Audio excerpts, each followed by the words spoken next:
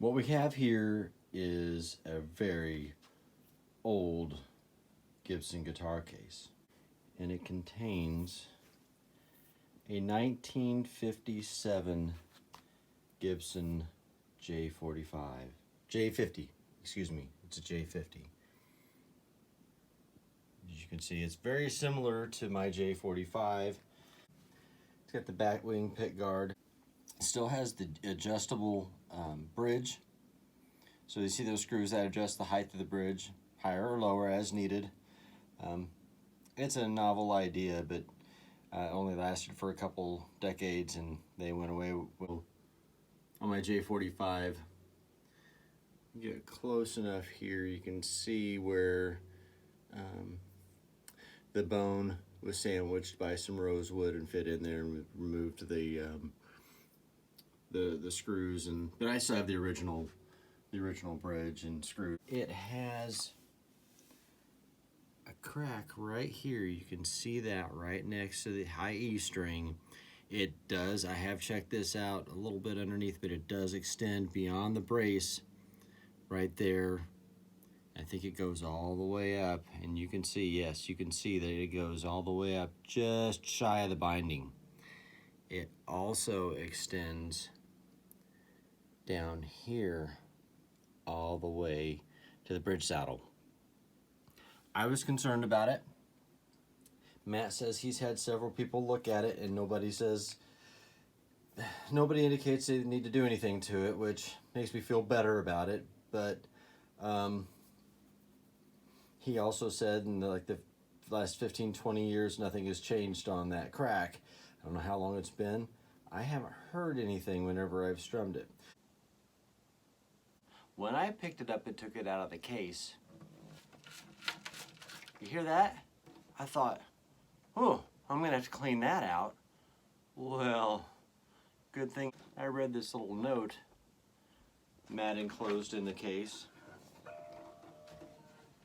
before ever doing anything to this guitar. I haven't done anything to it yet. Still has the old strings. Windings are busted on the G string here. I don't know how old these strings are. They're old enough, but a little bit out of tune.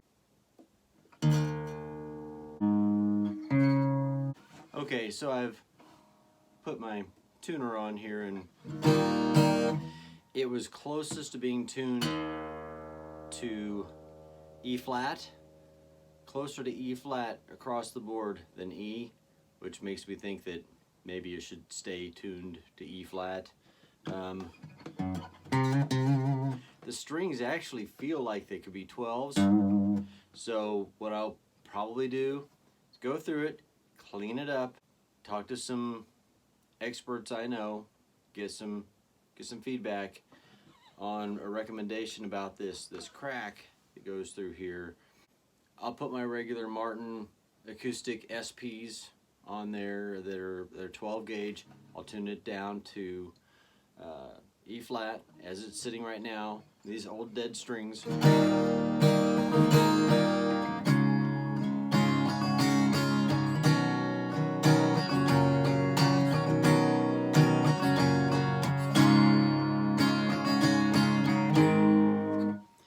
And we'll see how it sounds from there. I know I'm just using my iPhone to record this, so it's not like to really get a nice broad range of acoustic sound from this, but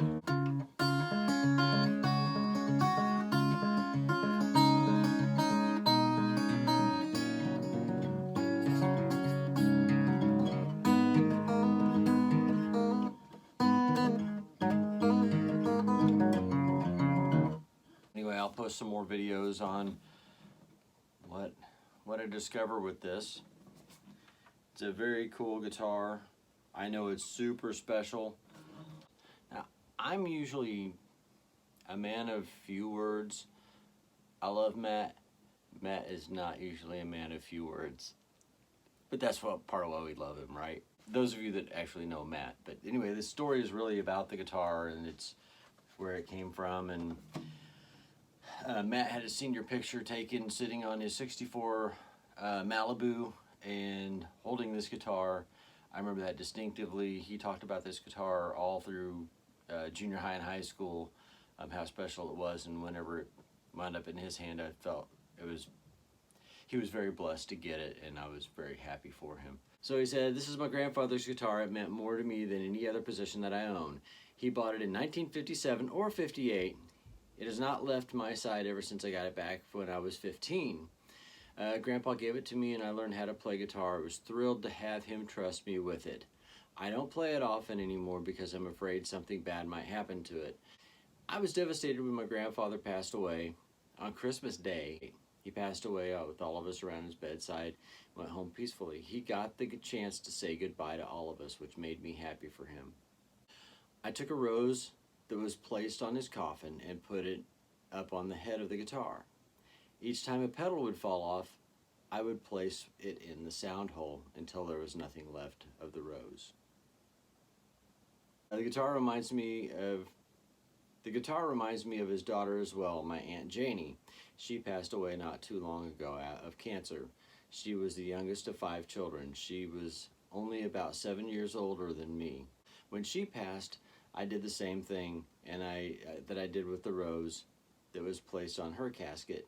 Both roses are inside the guitar. It reminds me of both of them when I hear them when I pick up the guitar.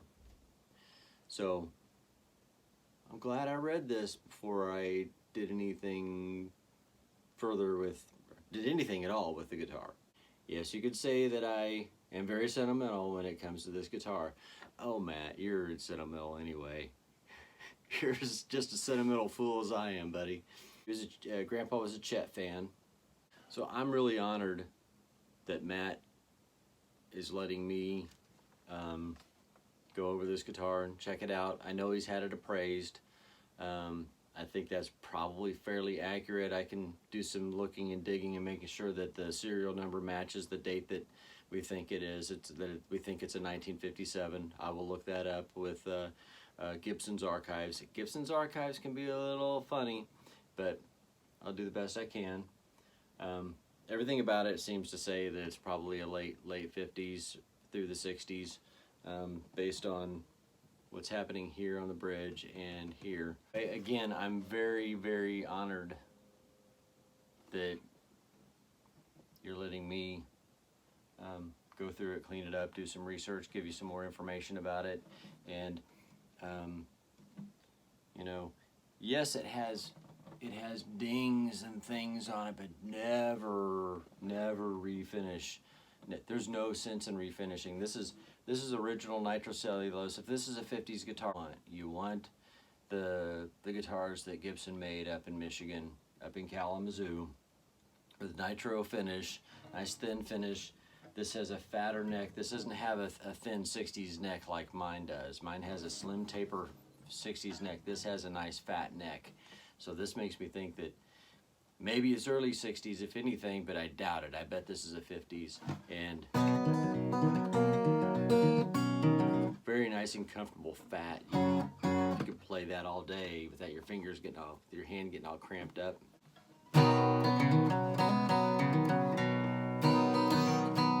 Yeah, that string's real dead. It has a little brightness, a little bit. Dead. Oh, really dead. This is the one that has a bunch of broken windings on it. That's awful. B has some life. E has some life, but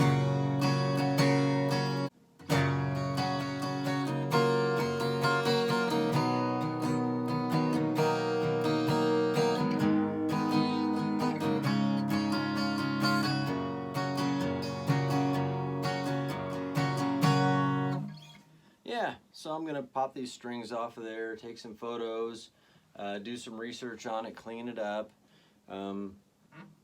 condition the fretboard, because that's rosewood. It doesn't look bad. It looks really good. It looks really good. I'll still condition the fretboards, what I do to rosewood fretboards. But by no means would I ever, the neck joint has not been reset. I don't see any repairs on the thing, which is really awesome. I don't see any repairs. which I am hoping that the folks that I talk to say no need to repair that. I mean, there is a gap. It does jump up about a 1/16 of an inch between here, this side of the crack, and the fretboard side of the crack, right in here.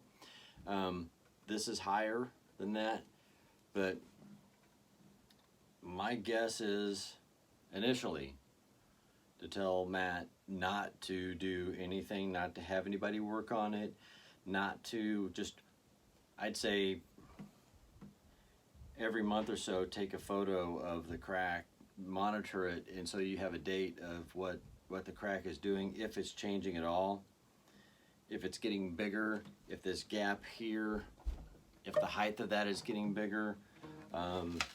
Otherwise, I'm thinking I wouldn't do anything to it. Certainly wouldn't refinish it. I wouldn't send it to Gibson to do any work on it if it ever needed work on it. I would definitely help you find the right people to work on this guitar. Yeah, we've had that conversation already. So, anyway, man, everything about it feels solid. It feels real solid.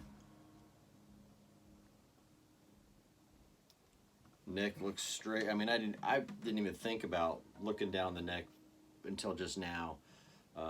Just looking at the top of it right here. I mean, it looks straight just looking at it. There's barely a bit of relief here. Maybe it's a little too straight. I don't.